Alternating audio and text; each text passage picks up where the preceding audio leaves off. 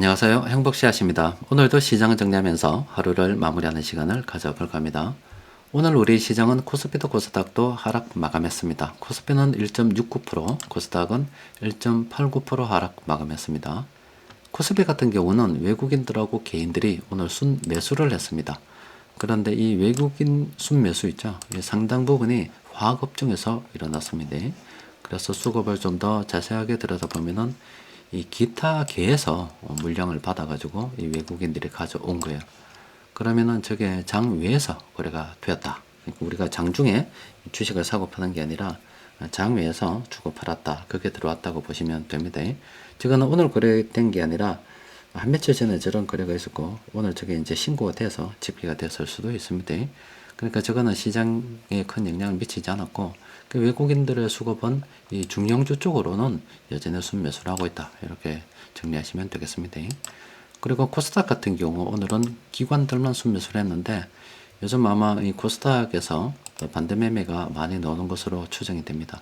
일단 지수를 좀 들여다보면은 코스피 지수가 이렇게 많이 하락을 했죠. 외국인들은 실제 한 6월경부터 시작해서 물량을 좀 줄였는데 이 기간 동안에 한 5조 8천억 정도 순 매도를 했습니다. 그런데 지금 빨간색으로 좀 보이죠. 근데 외국인들 수급에 약간 변화가 있습니다. 한 이번 주 들어서 외국인들의 순매매를 보면 이렇게 순매수라는 모습을 볼 수가 있습니다. 저게 또 반도체 쪽으로 좀 들어왔습니다만은 그동안 이렇게 팔다가 외국인들이 다시 좀 들어오는 걸로 봐서 일단 기관들은 잘 모르겠습니다만은 외국인들의 수급의 방향이 다음 주부터 좀 변화가 있지 않을까 싶어요. 순매수를 좀 더 늘리지 않을까 이렇게 추정을 해보고 있습니다. 이건 어디까지나 수급적 상황입니다. 그리고 코스닥 같은 경우는 수급이 좋지 않아요. 개인들의 비중이 워낙 큰데 코스닥 같은 경우도 지수가 그간 많이 이렇게 떨어졌다 아닙니까? 그러면 이 지수가 떨어지게 되면 제일 걱정이 되는 게 빚내서 주식 투자를 한 사람들입니다. 그러면 저게 반대 매매가 나올 수밖에 없어요. 그러면 공매도와 반대 매매가 겹쳐지게 되면 시장이 이렇게 급락을 합니다. 그러니까 현재 우리 시장은 공매도와 반대 매매가 막 겹쳐지고 있다. 이렇게 보시면 되겠습니다. 수급적 상황이 좋지 않아요. 자, 시장의 이슈 정리점 해보면 지금 미국의 연준 위원들 보면은 두 가지 부류로 나뉘는 것 같습니다. 한쪽은 미국의 채권 금리가 높아지니까 긴축 이제는 좀 중단해야 된다. 이런 이야기를 하는 사람들도 있고, 아니다 아직 인플레가 높기 때문에 좀 더 긴축을 해야 된다. 이런 이야기를 하는 사람도 있는 것 같아요. 그런데 파월 연준 의장이 나와서 지금 이 대장님 아닙니까? 지금은 인플레를 좀 잡아야 된다. 그렇기 위해서는 이 경기 침체가 좀 와야 된다. 이런 이야기를 갖다 했습니다. 이쪽으로 힘을 모아야 된다. 저렇게 의견을 표시하고 있는 거예요. 그렇게 되다 보니까 투자자들이 아무래도 미국 국채가 금리가 높아지다 보니까 채권 수요가 좀 문제가 발생하고 미국 정부 자금 조달에 문제가 있지 않을까. 그러면 연준에서도 금리에 대해서 다시 생각해 보지 않을까 이런 일말의 기대를 좀 가졌었는데 파월 연준 의장이 나와서 인플레 쪽으로 우리가 위원들이 힘을 좀 뭉쳐야 된다. 이렇게 이야기해 버리니까 투자자들이 굉장히 실망을 했고 어제 그 때문에 미국 시장이 하락했다. 이렇게 볼 수가 있겠습니다. 금리 관련해서는 긴축에 대한 두려움이 남아있다 이 말입니다. 그리고 지금 가자지구 병원 폭격 때문에 이게 참 여론이 좋지 않습니다. 지금 언론이란 게 그렇습니다. 자기 보고 싶은 것만 봐요. 언론은 굉장히 선동을 많이 합니다. 그렇기 때문에 제가 수급 분석하면서도 여러분들께 뉴스 보지 말고 돈 흐름을 봐라 이렇게 말씀을 드리는 겁니다. 그럼 어떠냐면 이 가자지구 병원에 미사일이 떨어졌습니다. 폭탄이 터졌습니다. 많은 사람들이 죽었어요. 그런데 이제 이게 이스라엘 쪽이라고 하면은 증거를 내놓으면서 이거 우리가 안 했지 않느냐. 이거는 불발탄이 우리가 아닌 하마스 쪽에서 쏜 불발탄이 떨어져 가지고 뭐 자국에서 걔들 나름대로 실수로 발생된 사건이다. 하여튼 이스라엘하고 관계가 없다. 이런 이야기를 하고 있어요. 그러면 이런 보도를 믿고 보고서 아 그러네. 저거는 안타까운 일이고 이스라엘하고는 관계가 없는 일이구나 하면서 이스라엘 말을 믿겠지요. 그런데 다른 쪽에서는 그런 보도를 안 합니다. 안 하고 병원에 폭탄이 떨어졌는데 저거는 이스라엘이 폭격을 한 거다. 굉장히 비인간적인 짓을 했다. 이스라엘이 한 짓이라고 계속 이야기를 하겠죠. 그럼 또 이쪽으로 사람들이 더 뭉쳐집니다. 그러니까 중간에서 언론이 공정하게 보도를 안 한다 이 말이에요. 그렇습니다. 우리도 언론사 여러분들 보면 아시죠? 어떤 언론이 좀 보수적이고 뭐 그런 거 여러분들 좌파 우파 쭉 보면 대충 알고 계시죠? 그런 것처럼 언론은 지 하고 싶은 이야기만 합니다. 사람들도 지 보고 싶은 것만 보고 뭐 공정이란 거는 없어요. 공정이란 게 없는 겁니다. 그러니까 지금 감정이 더 격화돼 가지고 있는 그런 상황입니다. 그게 중동의 화약고에서 진짜 불이 붙어서 어디로 튈 줄 모르는 그런 상황입니다. 그리고 오늘은 미국이 미사일을 격추했는데 예멘 반군 미사일이 그쪽에서 미사일을 발사한 걸 요격을 했다 이렇게 이야기하고 있어요. 우리나라 같은 경우는 그 우리나라 안에서 뭔가 뭐 정부하고 다른 우리는 참 반군에 대해서 익숙하지 않죠. 그냥 말로만 싸우고 있는 그런 상황인데 우리도 뭐 정치적인 신념에 달라서 서로 싸우고 막 있지만 그래도 뭐 간혹 가다가 뭐 주먹다짐하는 경우도 뭐 있긴 합니다만은 진짜 총 들고 상대방을 죽이뿐다든가 그런 짓을 안 한다 아닙니까? 그런데 저 중동 쪽은 이 정치 상황이 굉장히 좀 복잡합니다. 이 정부에서 이야기하는 걸 우리 국민들은 그러니까 따른다 이 말이에요. 단합된 힘을 보여줄 수가 있습니다. 걔들은 그렇지 않아요. 그 안에서도 막 이래 반군도 있고 권력이 막 나뉘어져 가지고 있어서 이 정부에서 어떻게 이야기했을 때 그걸 따르지 않는다 말이에요. 그러니까 돌발 행동이 많이 일어날 수가 있습니다. 그러니까 어떤 중동의 한 국가에서 우리는 전쟁이 확전되는 걸 원하지 않지만 이 정부가 이 안에 권력을 장악하고 있는데 그걸 반기를 들고 있는 세력들도 있을 거 아닙니까? 그럼 여기서 미사일 쏴보는 거예요. 그러면 남들이 볼 때는 얘가 한 짓이 되는 거예요. 뜻하지 않게 지금 얘도 다른 국민들도 얘 때문에 사건에 휘말려 들어가는 경우가 있습니다. 지금 중동 같은 경우는 워낙 복잡하기 때문에 앞으로 사건이 어떻게 전개될지 잘 모릅니다.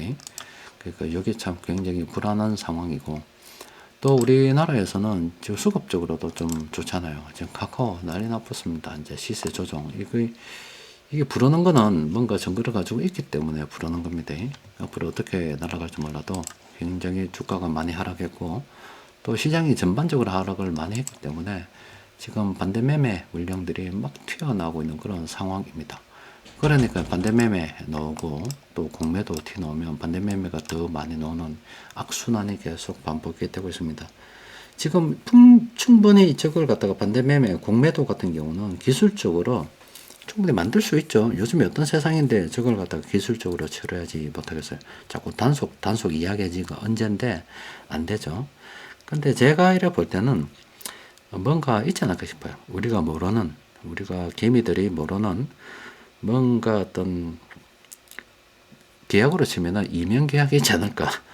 그러니까 외국인들 투자자들이 그 반대 매매를 무차입을 해서 못하도록 기술적으로 충분히 막을 수 있는데도 불구하고 안 막는 거는 뭔가 말 못할 사정이 있지 않을까 싶습니다. 여튼 저런 것 때문에 우리 한국 시장이 전 세계에서 진짜 뭐 돈을 빼가는 그런 ATM 기기가 되어 있지 않을까 싶어요. 근데 자꾸 지금 기술적으로 보완할 수 있는 문제를 보완을 안 하고 자꾸 법적으로 뭐 한다. 또 어제 나온 뉴스 보니까 참 황당하더라고.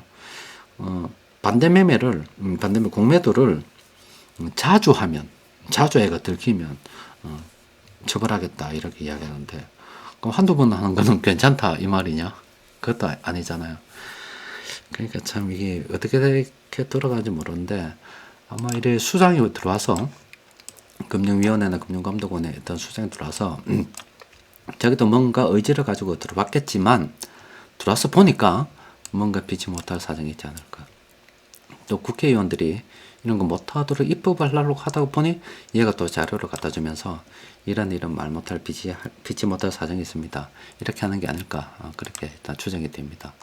여튼 뭐 주식시장 전반적으로 봐서 지금 재료도 좋지 않고 수급도 좋지 않습니다. 그런데 약간의 좀 희망을 좀 가지는 게 원래 재료가 다 좋지 않을 때 세력들은 저렇게 야금야금 사는 거예요. 그래서 외국인들이 이렇게 좀 들어온다는 거. 또 그리고 미국 정부에서 돈이 없으면 동시다발적으로 많은 곳에서 전쟁을 수행할 수가 없습니다. 그러면 분명히 하나씩 끊어 나갈 수밖에 없어요. 그러면은 우크라이나 전쟁부터 끊어 나가야 되겠죠. 방법이 없다 아닙니까? 하나하나씩 끊어 나갈 수밖에 없기 때문에. 그러면 또 전쟁이 하나 종료되고 하면 또 이렇게 그게 시장의 호재로 작용을 해서 빵 날아갈 수도 있기 때문에 항상 악재가 이렇게 많을 때 그때가 제일 힘든 법입니다. 모두 다 힘내시길 바랍니다. 자, 수급적으로 볼 때 외국인들이 중형주 오늘도 순매수를 했습니다. 철강금속 뭐 이런 거, 의약품 뭐 이런 거 매수를 했는데 몇 종목 공통으로 순매수했는가 좀 들여다보니까 한 8개 종목이 됩니다. 다 그런 종목이라서 모두 다 살펴보긴 힘들고 몇 종목 좀 들여다보면 일단 동국제약 있죠. 동국제약은 이제 좀 관심을 가져볼 때가 아닌가 싶어요. 제가 여러분들께 이렇게 상승추세 이거는 살펴보라 그러죠. 근데 보통 이럴 때가 요때입니다. 근데 이때는 참 단기간 올랐기 때문에 들어가기 그렇잖아요. 그래서 보통 이 눌림목에 들어가라 이런 말씀 자주 드리잖아요. 그래서 세력들이 이 기간 들어와 있는 건데 이탈하지 않으면 한번 들어가 볼 만하죠. 일단 요거는 긍정적으로 볼 만한데 문제는 이게 개인들의 비중이 크면 좀 곤란하죠. 그런데 수급을 보면 외국인들의 주가 선도 비중이 굉장합니다. 그렇죠. 순매수에서 들어왔고 기관들도 괜찮죠. 요거는 충분히 오늘 같은 경우 순매수에도 되지 않았겠나 이런 생각을 해봅니다. 요거는 좀 긍정적으로 검토해 볼 필요가 있을 것 같습니다.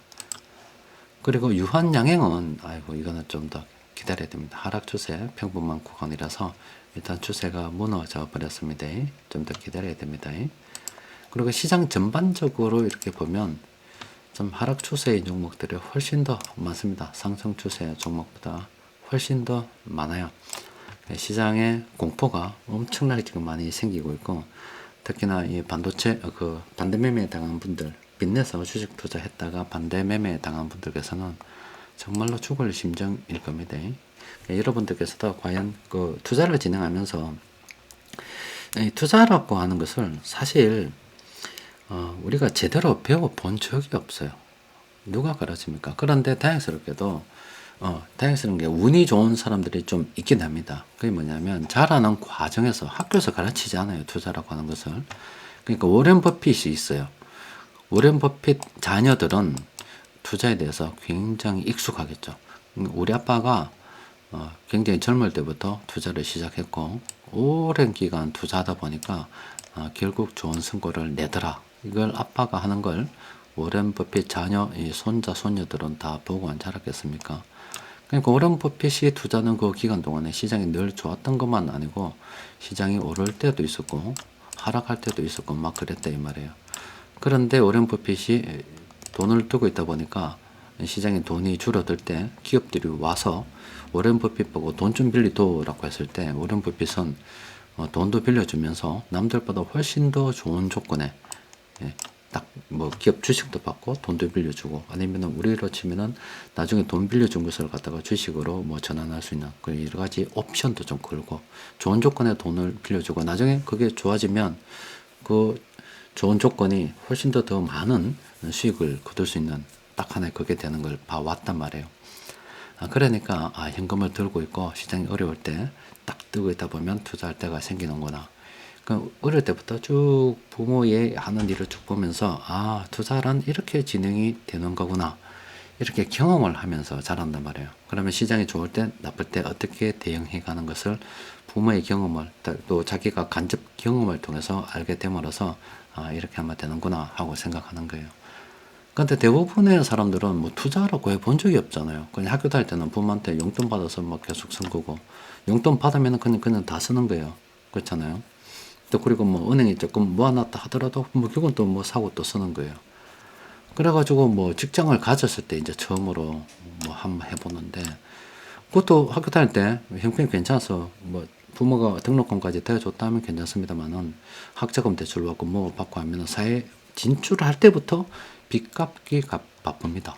그러니까 돈 벌면은 당연히 빚 갚는 게 익숙한 그런 경험으로부터 출발이 된 거죠. 이 사람들은 어릴 때부터 투자라는 게 어떤 걸 갖다 경험하면서 살던 사람들이고 나는 대부분의 다른 사람들은 사회 진출 초기부터 빚 갚는 게 당연한 거. 부모도 그냥 빚 갚은 거. 그러니까 이 빚을 어떻게 돈 벌면 갚아 나가는 것, 그런 것은 익숙하지만 돈을 갖다가 여윳돈이 생겼을 때 아니면 억지로라도 만들어서 투자를 해가지고 뭐 하는 거는 굉장히 낯설은 일입니다. 그러면 이 투자라고 하는 것은 당연히 우리가 이제 가치 투자 연구는 오래됐기 때문에 돈이 늘어나게 되면은 자산 가치가 오르고, 돈이 줄어들게 되면 모든 사람들이 어렵고, 모든 사람들이 어려울 때 그때 투자의 기회가 있다는 거 우리는 알고 있잖아요. 그런데 투자에 대한 경험이 없다 보니 은행 예금 안전마진, 그 안전하게 내가 수익을 창출할 수 있는, 작지만 그런 것에 익숙해져서 투자는 뭐 은행 예금하는 게 투자라고 생각할 수도 있고, 또 투자를 하면 손해 보는 거에 대해서 익숙하지 않아요. 당연히 투자라고 하면 돈이 늘어남과 줄어들음에 따라서 자산 가치가 늘어났다가 줄어들다, 고평가 저평가 이래 되는 그 과정을 거치게 됩니다. 그러면 그 과정에 유동성 관리를 잘 하게 되면 자산을 갖다가 팔지 않고 오래 들고 있을 수가 있고, 그러다 보면 다시 돈이 늘어났을 때 오히려 이래 남들이 투자를 꺼려할 때 싸게 산 게 그때는 참 나빴지만 지금 와서 보니까 훨씬 더 잘했다는 생각이 들 때가 있어요. 그럼 그렇게 투자라는 걸 갖다가 해가야 되는데 경험이 없다 보니 참 어려운 상황이 발생이 되는 거고, 투자를 꼭 투기를 하면서 나는 투자한다 생각할 수도 있어요. 실제로 자기가 하는 행동은 주식 투기를 하는데 빚내서 주식 투자하고 굉장히 위험한 주식을 부동산 사듯이, 사실 부동산도 이제 앞으로는 굉장히 위험해졌잖아요. 이 세상에는 안전자산이라는 게 없는데, 안전한 게 없는데 부동산을 사면 안 떨어질 거라 생각하고 주식을 사면 안 떨어질 거라 생각하면서 정말로 이 투자의 반쪽만 알고 오르는 것만 알면 한쪽만 아는 그런 투자를 진행하게 됩니다. 그러니까 투자를 잘 이해하지 못하면 그런 일이 발생이 되는 거예요. 그래서 제가 여러분들께 참 안타깝고도 안타깝다. 모든 사람들이 오늘 여러분들께서도 이 영상을 보는 거, 또 오늘 여러분들께서 직장 가서 아니면 다른 일을 하시면서 열심히 사는 게, 물론 뭐 일이 있으니까 하는 것도 있겠지만 그 전제 조건은 돈을 주니까 가는 겁니다. 여러분들이 냉정하게 가슴에 손을 얹고 진짜 그 일이 좋아서 했습니까? 돈을 주니까 가는 거잖아요. 돈 안 주면 오늘 출근했겠습니까? 돈을 주니까 출근을 한 거지, 돈을 안 주면 출근 안 했을 거란 말이에요, 분명히. 돈 때문에 내가 움직였단 말이에요, 오늘 내가. 나의 하루가 내 의지대로 움직인 것 같지만 돈 때문에 움직였다고요, 돈 때문에. 그럼 이 돈이라고 하는 게 우리 삶에 미치는 영향이 정말로 지대하고도 지대하고 제일 앞에 있는 건데, 그걸 갖다가 가르치지 않습니다. 투자도 가르치지 않아요. 그게 정말로 안타까운 일입니다. 그거는 제가 오전에도 말씀드린 것처럼 아마 가르치지 않는 시스템이 있다.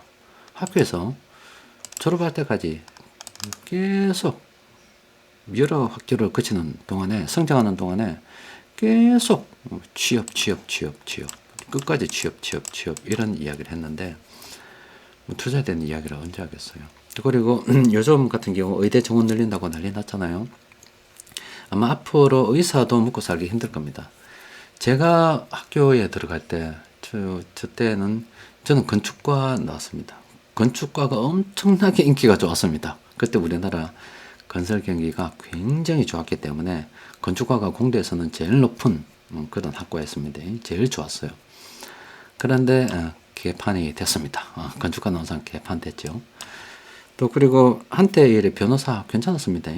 괜찮았는데 변호사 엄청나게 배출이 많이 되죠.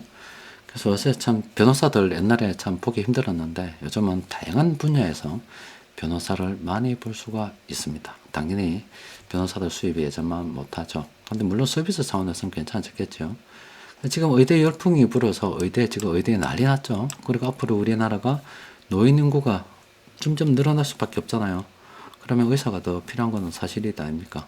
근데 의사가 이제 계속 많이 이제 배출이 된다.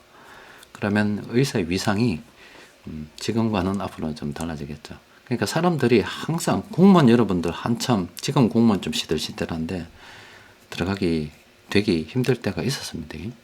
근데 지금 예전만 못하죠. 급여라든지 여러 가지가 또 옛날만큼 좋아지지 않았기 때문에, 다른 것에 비해서 상대적으로 나아지지 않았기 때문에. 그럼 지금 이제 지금 현 시점에서 선택하는 게 맞네 이 말이에요. 국가적으로 봐서 필요합니다만은 항상 뭐든지 고점에 물리면 힘듭니다. 저도 건축과 들어갈 때 끝물에 들어갔어요. 끝물에 들어가서 굉장히 힘든 시기 보내고 있죠. 저는 건축 일을 하지는 않았습니다만은 예전만 못하다 이 말이에요. 그런데 지금 의사도 이제 그런 상황에 접어들게 되는 거죠. 항상 이래 새로운 블루오션이라는 게 있는데 남들이 다 좋다고 하는 것은 절대 블루오션이 아니더라 이 말입니다. 또 반대로 남들이 꺼려하는 거 있죠. 그런 데서 뭔가 답이 있더라 이 말입니다. 투자라고 하는 것도 이 남들이 꺼려할 때 그때가 참 좋을 때입니다. 그런데 특히 남들이 주식을 사기 꺼려하고 위험자산 투자를 꺼려하는 이 시기는 사회 분위기가 굉장히 암울하기 때문에 그런 이야기를 선뜻하기 힘든 거예요. 그런데 책에서 보면 어떤 책을 펴봐도 투자는 수요의 공급의 법칙에 의해서 그렇다라고 이야기하고 있습니다. 그런 탈한 걸 또 여러분들께 말씀해 드리는 거예요. 일단 뭐 시장 분위기 좋지 않고 여러 가지 좋지 않으니까 계속 힘든 날 보내시는 거 충분히 이해합니다. 또 힘내시라는 말씀 드리고 지내다 보면은 또 좋은 날도 옵니다. 이번 주도 모두 다 고생하셨습니다. 이상입니다.